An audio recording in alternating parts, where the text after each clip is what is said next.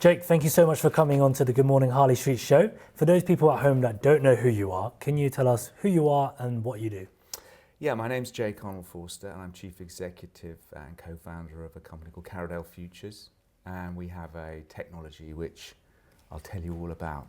All right, well, tell me about it. Okay, Let's hear it. so the world does lots of tasks, as you know, and in big organisations they carry out those tasks in a way, in pretty much the same way, which is on the basis of what they've learned, the practice that they've had, whether they're professionals, they know how to do it. Our mission is to sort of divide those tasks into what do you have to do in order to keep people safe in medicine, for example. What are the things that you ought to do? So you should probably talk to your patients more, but you can't do it all the time. And then those things that you don't need to do at all and stop doing.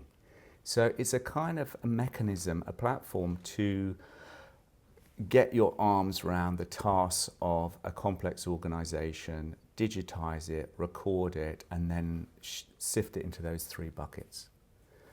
And that takes a bit of work because you have to take all of the documentation that exists before, standard operating procedures, protocols, checklists, things that your listeners, viewers will be familiar with, and policies. And then you need to digitise that, by which I mean not just creating a PDF, but splitting the process in step-by-step actions with decision nodes allocated to the right people. Yeah. Once you've done that, you can get your arms around what is it that people are actually doing, and then you can start to work out by correlating them with outcomes, whether they fall into, we must do that because it's unsafe if we don't. We should do that because it's better for the patients and for efficiency to do that. And the things we can just get rid of. And that last bit is really important because every single clinician I've ever met feels that they're drowning in bureaucracy. 100%. And they feel that they're drowning in bureaucracy over which they have no control. So, for example, we have midwives who discovered that instead of checking the fridge temperature every day to make sure the milk and the drugs are the right temperature, they discovered through using our process mapping that actually the pharmacy was already automatically monitoring that temperature, so they didn't have to do it, which was wonderful. Delightful, exactly, as you say. And then there are other things you can do with lots of tasks. You can automate them, you can get rid of the mundane, either by not doing it, by standardising it, or by automating it. That then frees you up to do the things that really matter. And I think gives you more time as a clinician, we're talking about medicine I suppose, more time spent with the patients, understanding what you can do for them, understanding their real needs, and doing the things that doctors and nurses really like doing, and not filling in forms and kind of doing things that they don't see the value of. What do I need to understand about you, your past, your experiences, to understand how you got to where you are today? Yeah, well, I mean, like most people, it's a sort of random path, which you justify after the event when having these kinds of conversations. But I was thinking about it before this podcast, and I was thinking, well, I worked as a journalist, which is a very autonomous job. You know, you go out and you get stories and then you put them in the paper, and it's very satisfying. But after that, I realised that there wasn't much future for me in journalism, so I went into management, as a lot of people do, who kind of aren't good enough at the thing they started at. And I worked in a publishing company. It's quite a big publishing company. And what happened was I had this idea for a new magazine. I mean, if I tell you what the magazine idea was, you can see why what happened, which was a magazine for civil servants. I mean, if you could think of a more boring magazine, I dare you. Anyway, but I thought it was really exciting because I'm very interested in the civil service. And I kept going to the committees in this big publishing company, pitching for this magazine to be created. And they kept saying, no, can you just do some more work here, do some more work there? And I kept going back and back and back. And eventually I gave up. And then I was told by them, after one of the people on the committee said, that they were never going to say yes to that. And I thought, okay, I've got to get out of here because I can't, I have a problem, I think, with authority, possibly. And I wanted to be an entrepreneur. I don't really like the word. It all seems so slightly creepy to me. But, you know, I wanted to be more in charge of my life than I was up to that point. So I joined a company called Dr. Foster. We almost went bust within the first 6 months. I mean, literally, we had £400,000 of money. We had £1 million of costs. We sat in a flat saying, I'll invoice you if you invoice me. And then we worked out that internal Ponzi scheme wasn't going to work. So we went, the founder went out and got some more money, and we rolled on, and we had a laugh riot for a number of years in healthcare, turning what was a publishing company into software business, looking at hospital standardized mortality ratios, which is the 80 diagnoses that by coincidence cause 80% of in-hospital deaths, standardized, adjusted for things beyond the control of the hospital, to come up with a ratio, that ratio being 100 obviously, and anything above it was worse than average and everything below was better, and that variation was as high as 30%. So that was something where we thought we were doing a good thing, right? Wouldn't it be good if we could standardize things a little bit? And I remember we published those kind of league tables, and I remember going up to see, I was summoned to Stoke Hospital by the chairman of the hospital, and he said to me, he said, you know, you really mustn't publish these things because we're really high, we've got a very high ratio, worse than average. And I said, well, why not? And he said, well, because it's very upsetting to the staff. You know, it's very bad for morale for them to realise that they're in this place which is, you know, has a high in-hospital mortality rate.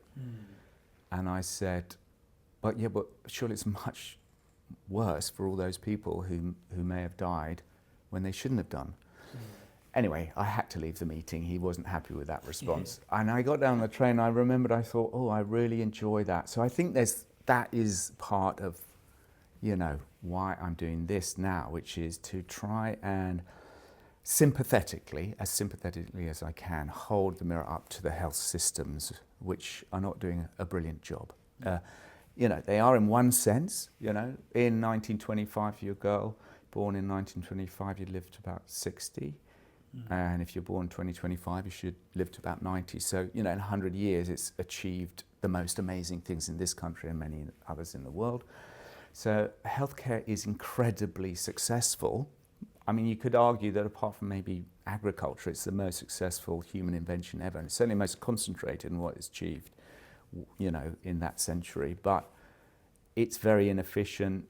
It does not respond well to the interests of the individual. It's pretty chaotic. I could go on. And the answer to that is, we think, standardization of processes. And for people to get to grips with the issue that I mentioned right at the beginning is, what do you have to do? Would it be good to do? And what should you not do? And can we all do pretty much the same thing? Because the physiology of people is pretty much the same the world over. And even when circumstances change, which they do, when people need to, you know, exercise their brilliance as neurosurgeons or whatever, and need to vary from whatever standard it is, it's much easier to vary from a standard than it is to make it up as you go along and arrive at that decision point, that moment of magic, having had a chaotic path to it. So it's a little bit like, maybe like tennis, where if you're really, really good at tennis, it's because you do all the basics really well. So when you do your bit of magic, it's easier for you to do. That's how I try and articulate it to doctors and, you know, and nurses. And I think generally they agree with that. I think they feel a little bit helpless about how to do it. Well, it's interesting to say that, because when you said that, the quote from Marco Pierre White, one of the great chefs, he said, perfection is a lot of things, simple things done right. Exactly. Which seems like this. But anyway, I want to go back a little bit earlier. So you went from being a journalist to then moving into healthcare. Why did you make that jump? Well, as I say, I mean, I'm going to make a virtue out of necessity. I mean, I wasn't a good enough journalist to be a great journalist. So I thought, well, I better I better do something. I better be a manager in a business. And I kind of like business because I thought you could get things done. And I had this view that there were lots of interesting changes that needed to happen. I was very interested in politics, and that was the closest I get. My move into healthcare was just a coincidence of wanting to be entrepreneurial and someone coming to me saying, will you join Dr. Foster? So that's what I did. And then I got into healthcare like we all do. You know, it's a bit like, I don't know if you've ever driven a hard car up one of those Italian mountain villages, and you go up and you think, oh, hold on a second, this road is not actually getting any wider, it's getting narrower and narrower. And you can't actually reverse out. So that's, you can't reverse out of healthcare. It gets you in a way that I'm sure many of the people you've spoken to tell you, because everyone's interested in it. Everyone's got an interest which is deep and an emotional to their healthcare of themselves or other people. It's infinitely fascinating. It consumes 10% of most advanced countries, we can't call them that, economically developed countries, GDP. It's by far and away the biggest industry in any given country. In America, it's closer to 20%. And that is just massive, right? And there's no let up in how much money we're prepared to invest in healthcare, which I think is not surprising. Like if you get rid of the afterlife, right, for lots of people, if you don't believe in heaven or hell, then it's even more important that you keep your life going for as long as possible. That's why you see these tech bros saying, I'm going to live to 150. Yeah. They haven't asked anyone else whether they want that to happen, but they're doing that because, their religion no longer matters. And, just to extend the metaphor, who are your new priests? Well, they're doctors, aren't they? They're the ones who are going to keep you alive for as long as possible. So can you take me back to when you joined, you said Dr. Foster, you were in debt. Yeah. What was happening then, and what did you do? Well, it was a teamwork, like all of these things are teamwork. So what we did was we went to the top. So one of the things I think is interesting, and I know might come on to it later, but my advice when you're trying to sell in a B2B environment, which is very conservative, is everyone will try and get you to go down through the basement and work your way up through, you need to meet the procurement person first, or the IT person, and then go up the stairs. Gradually you'll get to the top.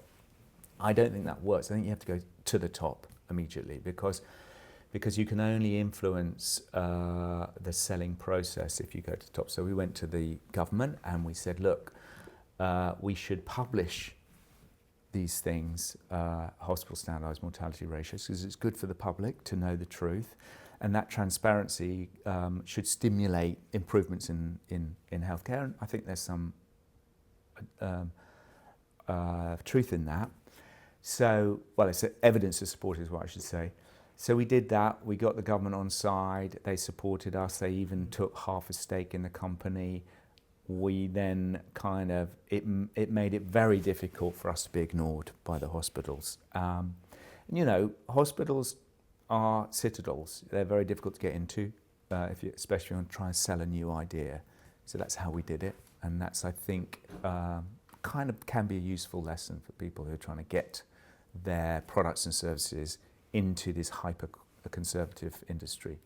Quick one, if you run the marketing for a healthcare business, then please let me know, because we'd love to help you and make your video content amazing. Reach out to me, martini@talkingpulse.com. Can I just say, it's so funny that you said, I just went to the top, because obviously that's quite a difficult thing to do, just to go straight to the top. Yes. Do you have any advice for any business development managers or founders who want to do that? Yes, I realise that sounded a bit flippant. I didn't mean it like that. The way that you, I think, get to the top, and it is a tricky thing, because, all politics is not that different from the medieval era.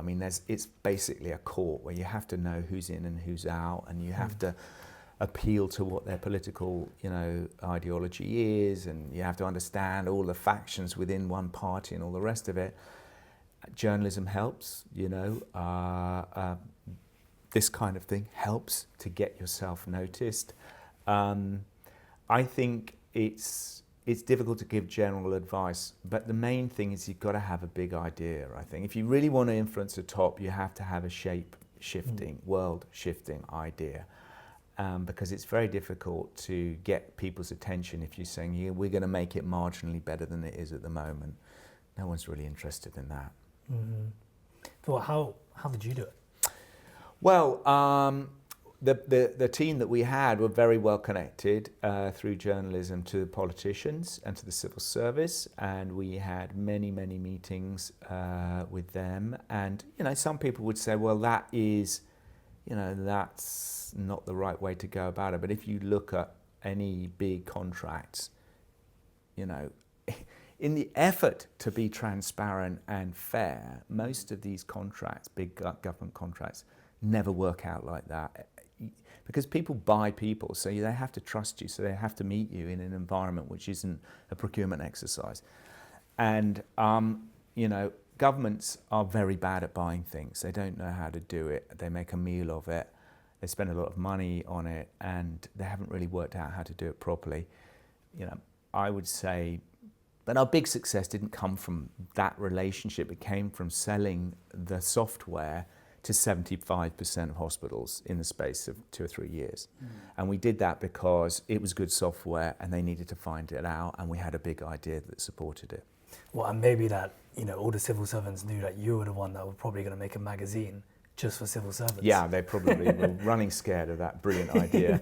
And I think that may be a particular lesson, but look at Palantir. It's been successful in partly through the quality of what it does, but also through its connections and its big idea. Big ideas. What do you wish someone told you before you entered into the healthcare industry? Well, I wish they'd said, however slow you think it is, it's much slower.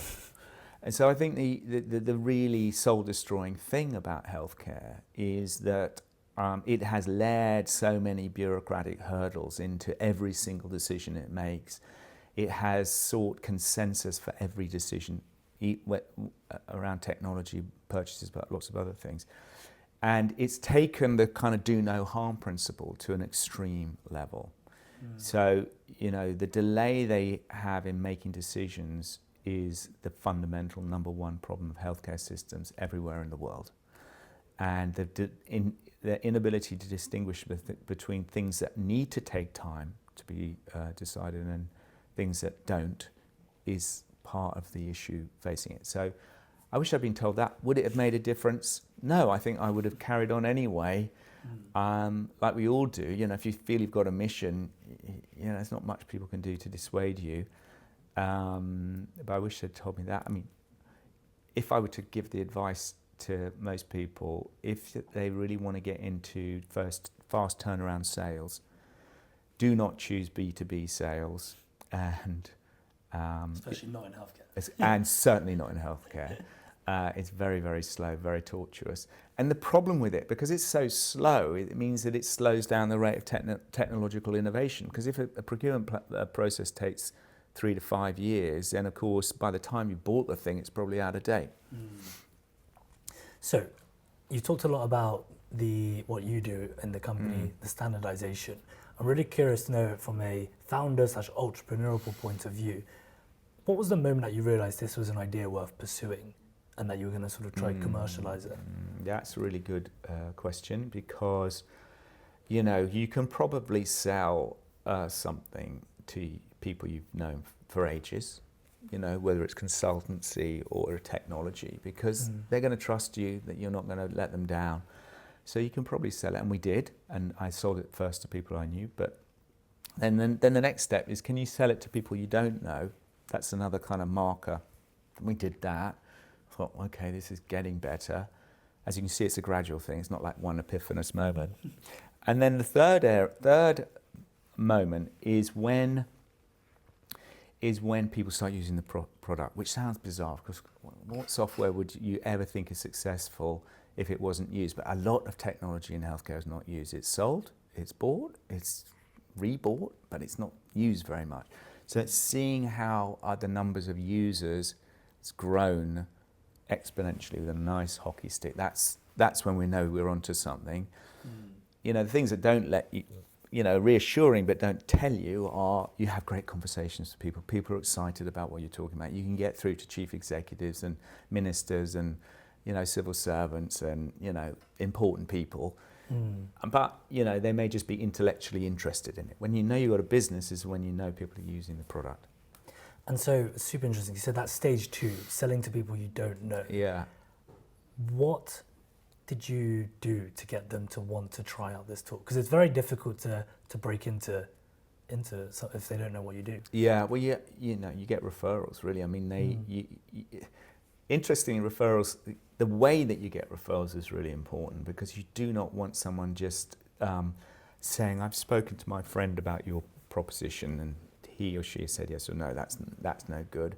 You don't want just an email where they join you together, though that's helpful. What you actually want is you want to have a 3-way conversation, probably on Teams or, you know, Google or something, but you want a 3-way conversation so that the person can see that the referrer is genuinely supportive of you. So I think seems like a small thing, but I think that is the way that you get the next sale.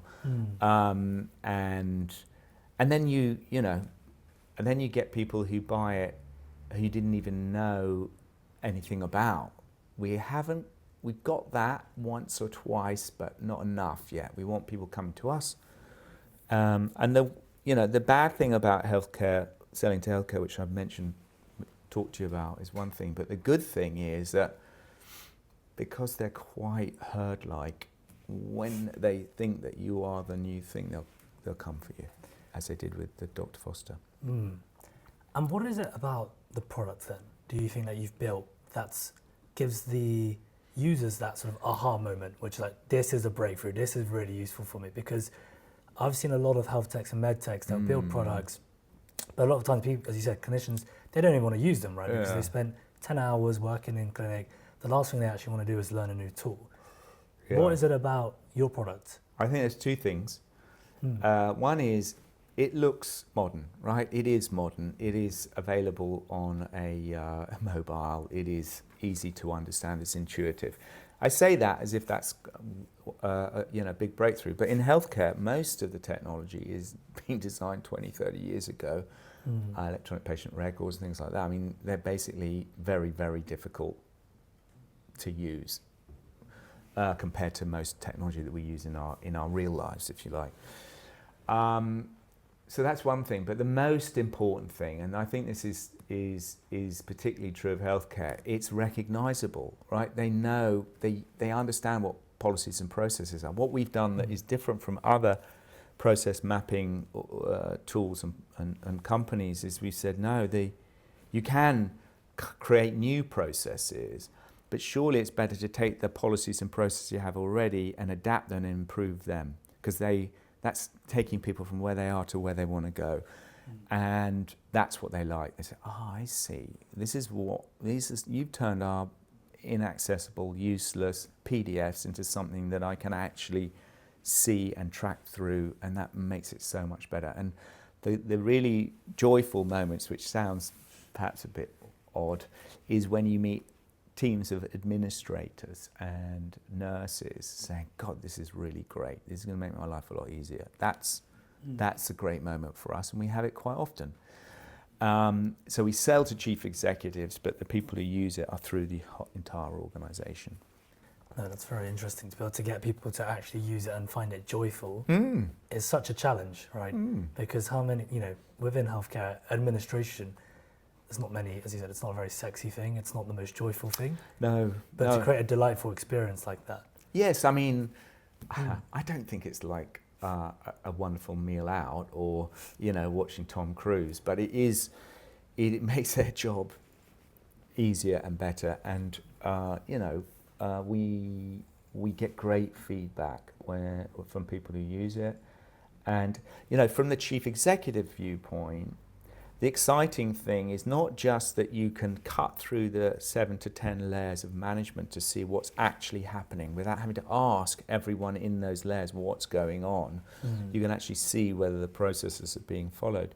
The other thing that we can do is we can now take all of those documents using AI and give them a picture of whether they've got sound governance, whether they're following safe processes, whether they are productive or unproductive, and we can correlate it with lots of output and outcome measures to show whether the processes when standardized and made more efficient, do actually lead to better outcomes, which is true in every other industry. Yeah. So it must stand to reason it's likely to be true in healthcare. Well, I'm also sure that you've probably put a lot of thought into designing the product, into the way users use it. But Jake, you're not a clinician. So how have you gone about designing this product so that it's actually useful for you, for the whole organization? Well, as you might imagine, we have spent a lot of time with users iterating and reiterating the design of it, adding features, not too many, because of course that is a problem if you do that, but trying to work out what they need, working in the UK and Australia, designing the product in the first instance and then adding elements to it. So last year, we started with the processes, and then because we were working alongside an Australian hospital that had a policy document management system, recreating a document management system as well as a process mapping tool and put those two together. That was a big change. And then we've added AI into it so that now you can take any guideline or process and put it through the machine and it will turn it into a step-by-step process with a map attached. So we are iterating with our clients the best possible product. And the last thing we did was create this AI analytical engine which can ingest thousands and thousands of documents and create the kind of correlations I mentioned to you before, which is, are the policies, which are the why do you do something, related to the what, how, when and who, which is the processes, and do those deliver the outcomes that you would expect? Yeah. What's been the big mistake or challenge that you've had whilst building this product? Well, that's a good one. I think the big mistake is to fly too fast, to think that you're going to take on the world when you haven't quite cornered your little bit of the market, right? So we had a period when we were thinking, hold on a sec, every single organisation in the world has the same problem. Let's go and cure the problem for every single organisation in the world. And it's not as if I hadn't seen the reels or the TikToks that said, don't be so stupid, don't do that. But we still did it anyway. We got excited. And we thought if we could do that, then we could solve our big problems faster. You know, that was our mistake. Fortunately, we reversed out of that. So we're not doing that. We're focusing on market by market and deliberately pursuing the best outcome for our core markets before we can move on to another. And what's been for you as a founder, as an entrepreneur, what's been the biggest challenge on this journey for you? Well, it's the same one that anyone talks about, you know, and I see these people talking about, you know, highly successful Californian tech bros talking about how horrible it was to start off with, and they have the benefit of now having created a giant organisation. So I'm not trying to compare myself with them, but I definitely do see their stories, which they talk about. I recognise, which is you wake up every morning at 4 or 5 with a jolt, thinking, "Are we going to make it?" You know, and then the day gets better because when you start working, you kind of think, oh yeah, actually, you know, I think we can do it. And you have more conversations, you have more, you know, little injections of optimism from your team and from your customers and from your developers. And you think, oh yeah, we really are onto something. And then you go to bed and you're feeling pretty good. And then the next morning at 4 or 5 o'clock, you wake up with a jolt. You know, so it's just like that. It's like that, and it should be like that because no one knows whether they're going to succeed. And it is a cliche, but it's a cliche for a reason, which is you just got to keep doing it. Most businesses stop because people give up, not because they really run out of money, because they can't, you know, it's the tolerance of risk and tolerance of jeopardy and tolerance of uncertainty that defines an entrepreneur, I'd say. It's nothing else. It's not really cleverness or anything like that. It's just, can you keep going? And so that, from what I hear from that, is that level of resilience. Yeah. Why do you think you have that level of resilience? What's been your... I don't know. I mean, I think a lot of people have it. They just don't choose to put themselves into that position. You know, people are much more resilient about much more important things than this. I mean, you know, being an entrepreneur, you know, doing business, especially tech stuff, isn't it's not brain surgery. It isn't something highly useful for the world. As a job, occasionally you can have an impact on the world which is sort of disproportionate to the input, and that's what we're doing.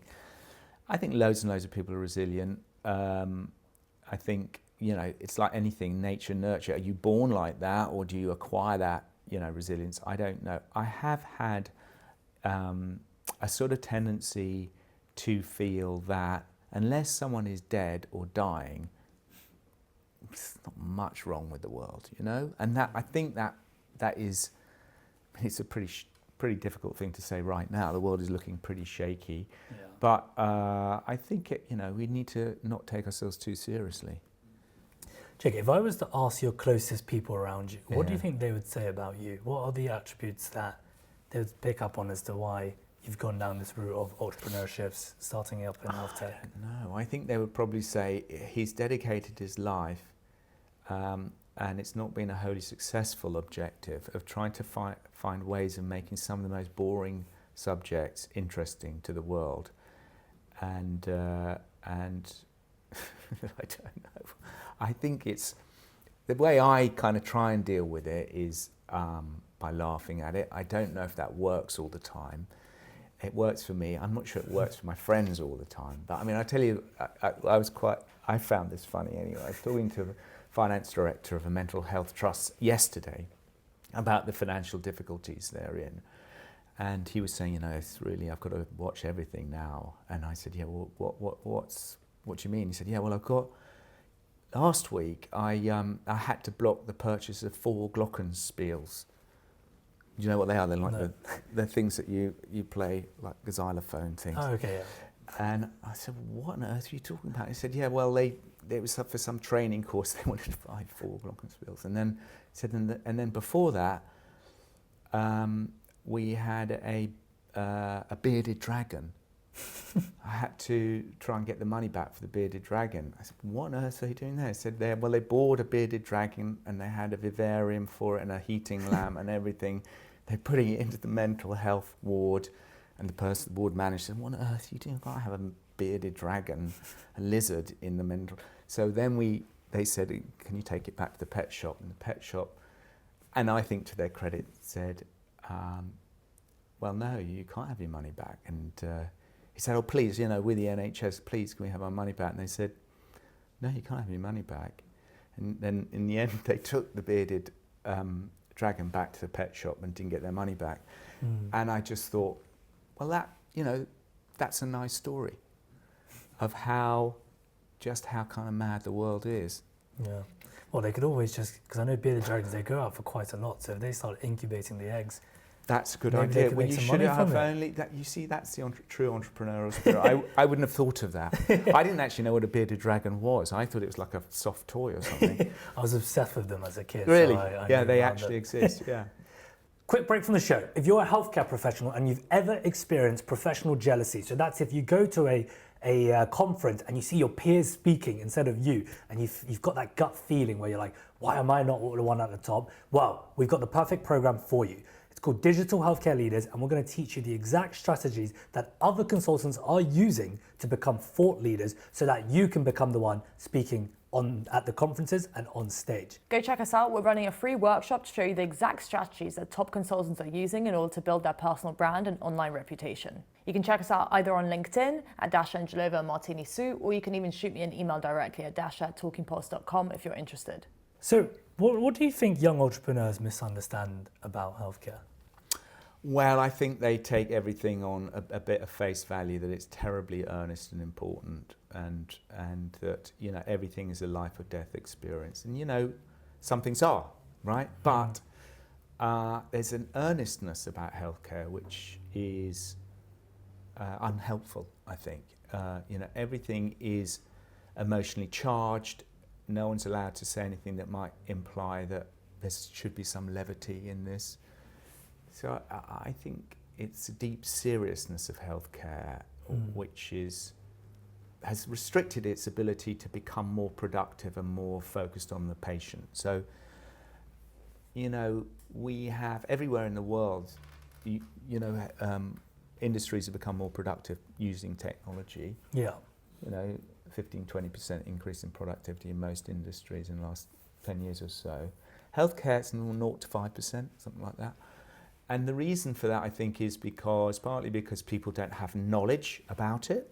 That is withheld with good intentions. Like, we don't want to frighten you, so we won't tell you what the most dangerous part of your journey through the hospital is. We don't give you choice because you wouldn't understand the choices available to you. And I think that has to change, right? So I think young people coming to healthcare is think about what your age group thinks about healthcare. Think about what technology does for your life and see whether you can apply it into healthcare. It's not a different world. It shouldn't be a different world from the rest of society. It shouldn't be purely focused on the people who use it most now, which are people of my age and above. It should be designed for young people who are not going to tolerate this paternalism in the next 25 years. That's very interesting. And from your perspective, someone that's been in healthcare for a number of years now, where do you think the biggest opportunity is in this space of healthcare? Well, I mean, it's a cliche to mention AI, but I think the thing that we're already seeing is people are taking their own advice. For example, my grandson was in hospital. I went to ChatGPT-5 to ask it a series of questions that I might ask the obstetrician about what to do next, how to look after him at home. He gave perfect answers. I mean, and I know that they were perfect answers because I checked them with a professional.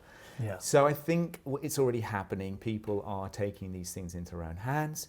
Already we're seeing voice technology recording things. We're seeing the desire to crack open these old electronic patient records and make sense of them. It's happening already because AI empowers individuals to ask and re-ask questions in a dialogue form. So, that is the big change, and it's coming from young people. But I think institutionally, the big opportunity is, of course I would say this, wouldn't I, is to actually make sense of all of the tasks that need to be done. How much do they cost? How safe are they? Let's get a grip on that. Let's make sure that the things that keep mothers and babies safe is compulsory. Let's make sure that everything else that is non-essential, midwives no longer have to do. That is the deal, right? The new deal for clinicians is a bit like my brother-in-law, right? He's married to my sister, who's a museum curator. They have this lovely house in Oxford, but it's getting full of objects because my sister's a bit of a collector of nice things. Yeah. And my brother-in-law is a scientist, and he's kind of a bit less interested in that. So his deal is, you can bring something in that's new, but every time you do, I want to see something else of equivalent volume on the doorstep going out. And I think that is the deal that we should make with doctors, which is you need to comply with some things. You have to do it like that. It's better for you, it's better for the patient, it's better for everyone. You need to record that compliance. In exchange, we can remove the pointless things from your life. And what do you think a doctor would do in that situation? Well, I think they'd get rid of, the unnecessary fridge checks and the safety assessments and the kind of endless committees that they have to go through and sit on and go into assurance meetings and waste their time on continuous professional development and training that doesn't really make much difference to their life. That's what I hope they would do. But I would also say, I hope that they would grab that opportunity to get rid of the useless and comply with the useful. Absolutely. But I also think in the end, it's not just a decision for clinicians, it's for society to make that choice. And for people who use healthcare to say, I really want to know what the risks are that I'm facing, because I know from my days at Dr. Foster, the most dangerous place to be is in a hospital. So, let's understand what the risks are. Let's own some of those risks ourselves, and everyone's better informed and lives longer, healthier lives. I'm curious on this now, of hearing all of your perspectives, which has been very, very fascinating. For you personally, what skills have helped you during the early stages then of building a Sophia AI and the business?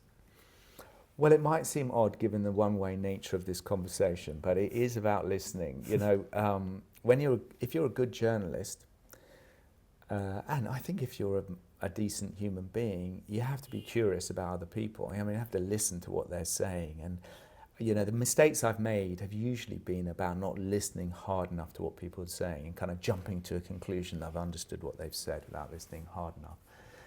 Being curious about other people, listening really hard to what they are genuinely interested in and what actually motivates them, rather than sometimes what they say motivates them, is the key to unlocking any problem, I would say, which is beyond, you know. Could you give an example of how listening actively has helped you in the business sense that's led to tangible results? I think listening to people telling me about what stops them making decisions, right? Understanding that the reason people make decisions very slowly in healthcare is because they're basically locked into systems that they don't feel that they can change. And our job is to find a way of empowering them to take what we don't consider to be brave steps, but they do, to make a decision and to articulate why the risks of taking that decision are much lower than they think. And so it's a really interesting kind of, you know, sales is a very interesting process if you're interested in it, because essentially what you're trying to do is you're trying to block off all the doors. A friend of mine's a barrister said, you know, in the court, when you're interrogating a witness, what you want to do is you want to close all the doors, not so they notice, all the doors that are open, which they could go through in an argument, and leave only your door open at the end of the corridor.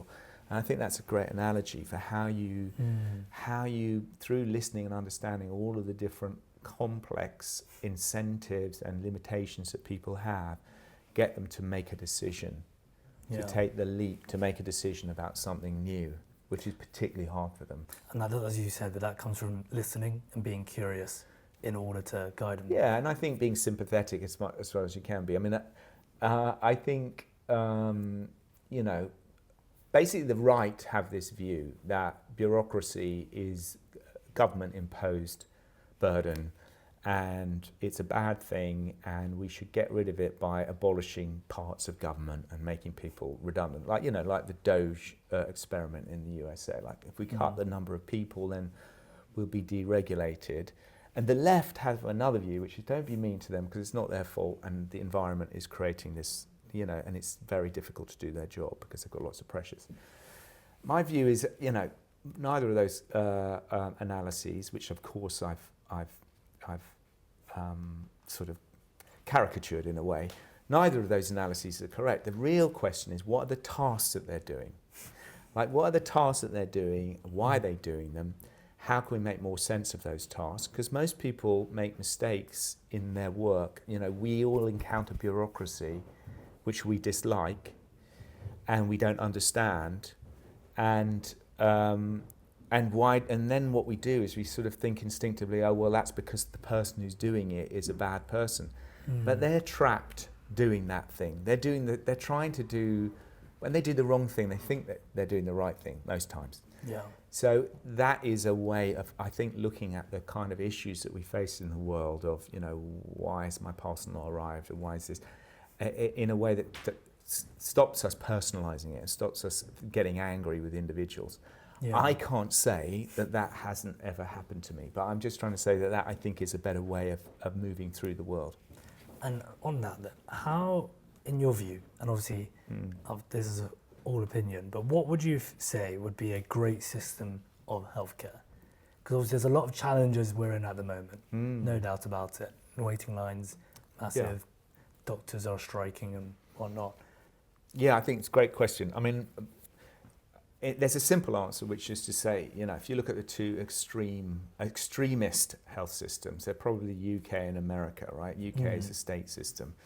The USA is largely privately provided, though, you know, Medicare and Medicaid is the big government intervention in insurance. But, if you look at all of the organisations in between, the country systems in between, you can pick any number that are better than those two, right? So that would be the simple answer, right? Why doesn't America and the UK, which doesn't get great outcomes for a lot of money in America's case and the kind of average amount of money for the UK, why don't they just go and choose Denmark's or South Korea's or Israel's? And the answer is because it's really difficult to do that politically. But I don't think it is difficult to steal the good ideas from those countries. So why wouldn't you get Israel's primary care system, which is excellent? Why wouldn't you... For those people that don't know what the Israel primary care system is, what is the benefits of it? Well, they're the only country in the world that managed to spend more money on primary care than acute. And the fundamental issue about that is that primary care is the way in which you manage most cost effectively the healthcare of people, because you're intervening early and preventing ill health. Yeah. And at the moment, most healthcare systems spend too much money on hospitals, which are the end point solution, which could be headed off at the pass. So that's kind of, and Israel has great healthcare at home, for example, as a result of that, and it has a very good outcomes for cost ratio. In Denmark, again, we have a mixed economy of healthcare, and they have some great strengths. Scandinavia always seems to be pretty good at government. Singapore has great technology. Estonia has great technology. So, but there are bits of these systems that could be simply lifted and shifted, even if you can't do the whole thing. Yeah. And I think we have, again, I think it shows how innovation averse healthcare is, that we have such highly differentiated healthcare systems in every country in the world. That is not a good sign. It is not a good sign to have totally different healthcare systems. Because as I said before, people pretty much physiologically, with 1-2 exceptions, the same everywhere. So what's with the variation? We have variation in outcomes, we have variation in cost, variation in access, we have variation in health inequalities. Basically, most healthcare systems aren't very good at looking after poorer people better than richer people. And that's just a general societal problem. But it's no better in the UK, and sometimes worse than it is in other countries. When you use that point, cost to outcomes, what are the factors that you're looking at to determine that the Israeli healthcare system is good? Well, the factors are that primary care and prevention is cheaper than intervention. But that's common sense, right? That if you look after people in their own homes, it's going to be cheaper than sending them to an expensive hospital. So if you can do that, then you're likely to have much lower cost, and you're likely also to have better outcomes, because the avoidable conditions would be treated further up the chain, as it were. And the UK has a great idea of primary care. Its execution has been bad and getting worse, and the funding of it has been bad and getting worse. So that would be the advantage of the Israeli system. Singapore has a fantastic unified data and technology, and has a bit of a command and control society, so maybe has some advantages there.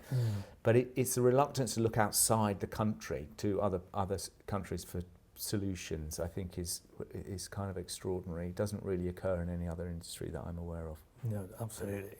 I'm just curious to understand, do you know why, for example, in the UK, that we invest more money into the hospitals and acute care than we do in the GPs and primary care? Because they're the manifestation of what we love about healthcare. I mean, we as I was saying earlier, people love healthcare because it's the thing that, sees them into the world and out of the world, right? So you have an emotional connection with it. And in the UK, the 1948 creation of the National Health Service was seen as a magnificent achievement. It was and is a great idea. Its execution, I would say, has not been wonderful, but people love the NHS, they love healthcare, and they love hospitals. That's true everywhere in the world. People look at hospitals and see, this is the place I go to fix me. Yeah. And so, it's unsurprising that people love them, and they're a clear manifestation. And also, there's a hierarchy, right? So you think that the neurosurgeon is better than the GP, and all doctors understand there's the tribes, and they've got a hierarchy of which ones are the most important and the least important. So people mistakenly think, so often in society, the people who paid the best, you know, have got past most exams, the most important people in society. So, you know, that's really why we spend so much money on hospitals, I think, at root. And once you start spending on hospitals, it's very difficult to stop because they keep acquiring new technologies and new, you know, expertise. So it's got this sort of, it's got a snowball effect. I mean, if you got in a helicopter and looked at most hospitals, you'd think someone's thrown oversized Lego down from the helicopter and they just landed higgledy-piggledy, because, you know, you get new ologies tacked on to the hospital. So that's why it's so difficult to find your way around one. If you've ever noticed, you go in a hospital and I don't know where. It is a challenge, isn't it? It is a challenge, right? It's not made easy, I don't think, by the hospital itself. But hospitals just have this sort of, that kind of unstoppable growth. And we need to challenge that. And even, you know, and the wisest people who run hospitals know that too. Well, it's been very interesting to hear that perspective. But as we go to the last few questions, I want to hear a few more sort of stories from yourself and about yourself. I'm curious then, what's been the most painful lesson you've learned as a CEO, but also I'm being interested to include your time whilst building Dr. Forster? Well, I think the most painful lessons anyone ever learns in life is by thinking that you understand the team you're working with, and then realizing that there's problems within it, and that those problems, you know, like family difficulties, explode into terrible arguments and, you know, emotion. So without question, that is always the worst part. But I think that's true of every job, of anyone I met. Maybe I'm the only one who's experienced that, which should tell you something about me, but I don't think so. I think that is what the worst stuff. And I think when it came to Dr. Forster, we had quite a lot of those. We had a moment though, I'll tell you something a bit more kind of public, which we had this moment where we created a joint venture with the Department of Health. It was called the Health and Social Care Information Centre. It was a 50-50 JV. It was very good for our business in the short term. But in the long run, what happened was we created a website called NHS Choices, and we created this hospital mortality ratios. And what the government did, and it can't help itself, is it started to replicate what we were doing. So it kind of absorbed our best ideas, made them a bit shitter, and then put them out to the world. And that was a disappointment, because we kind of thought that they were harnessing our, you know, our innovation. But I think it's very different for governments to actually partner with innovation, because, you know, instinctively they find it very difficult to deal with this. Someone said to me that, you know, that the governments, you know, get a thorn in them, and rather like that, and the thorn is a great idea, and over time the skin grows over it and then it expels the thorn later. You know, that is how governments, you know, tend to deal with great ideas. And it's not, again, it's not their fault, it's just, it's impossible for them to not know how to control things, right? That is really hard. And so what happened with that project in the end? Well, in the end, we lost a contract to do a publication of the league tables that we did to another company that, owing to a procurement process, went on for a long time. It was very expensive and had a bad result for us, and that damaged the business, made us less valuable. But my point was, it didn't kill the company, but it just was a very big disappointment, because we started with this idea of a joint venture. Wouldn't it be great if public and private could operate together effectively? I still don't think it's impossible to do. It's just, it's very, very difficult to do. And it's probably impossible to do with a government. It might be possible to do it with an individual public sector organisation. Oh, well, on to our last question. And I was thinking about loads of them coming up my head, but what I'm really interested in is, what do you see the future of Sophia AI being in 5 years' time? What's the vision? Well, the vision is that we start to show that we prove the hypothesis that I mentioned in the first place, earlier on, which is that if you standardize the processes by which you get from A to B in like the travel industry, so that it's difficult to make a mistake. If you standardize how you apply for a passport, if you standardize how you shop for things, if you standardize almost anything, you're probably going to get better outcomes. Consistency usually works, right? And automation usually makes that even better. So what we want to be able to prove is if you make the processes for monitoring babies, monitoring mother's health in the maternity ward, for example, then we will see a noticeable reduction in clinical negligence claims, in a baby's born with problems that could have been avoided, which currently cost, in a forward look, £40 billion worth of forecast clinical negligence in the future. That's 60 billion in total, 40 billion of which is maternity, because when children are born younger, early, and they can be kept alive, then that leads to very big clinical negligence claims. So what we want to see is reduction in risk and harm. We want to see better outcomes. We want to see better clinical outcomes. We want to see a better patient experience. We want to see better staff experience related directly to the improvements in processes that we're going to make through the technology, and make all of that visible, line of sight for the organisation, and exposed to the population so that they can see whether the hospitals, the general practice, the mental health trusts are all following the processes that they should, and have automated as much of it as possible, so that we can properly judge these public institutions in a way that we can't at the moment. Well, it's very powerful, because I think being able to highlight that transparency is definitely something I think people want within healthcare. So the fact that Sophia AI could do that, it's very interesting.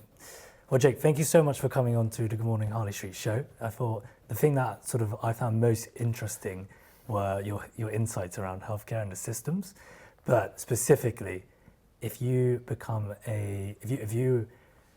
create a publication for civil servants, that's a great way to build a relationship. Well, I thought that was very interesting. No, I'm only kidding.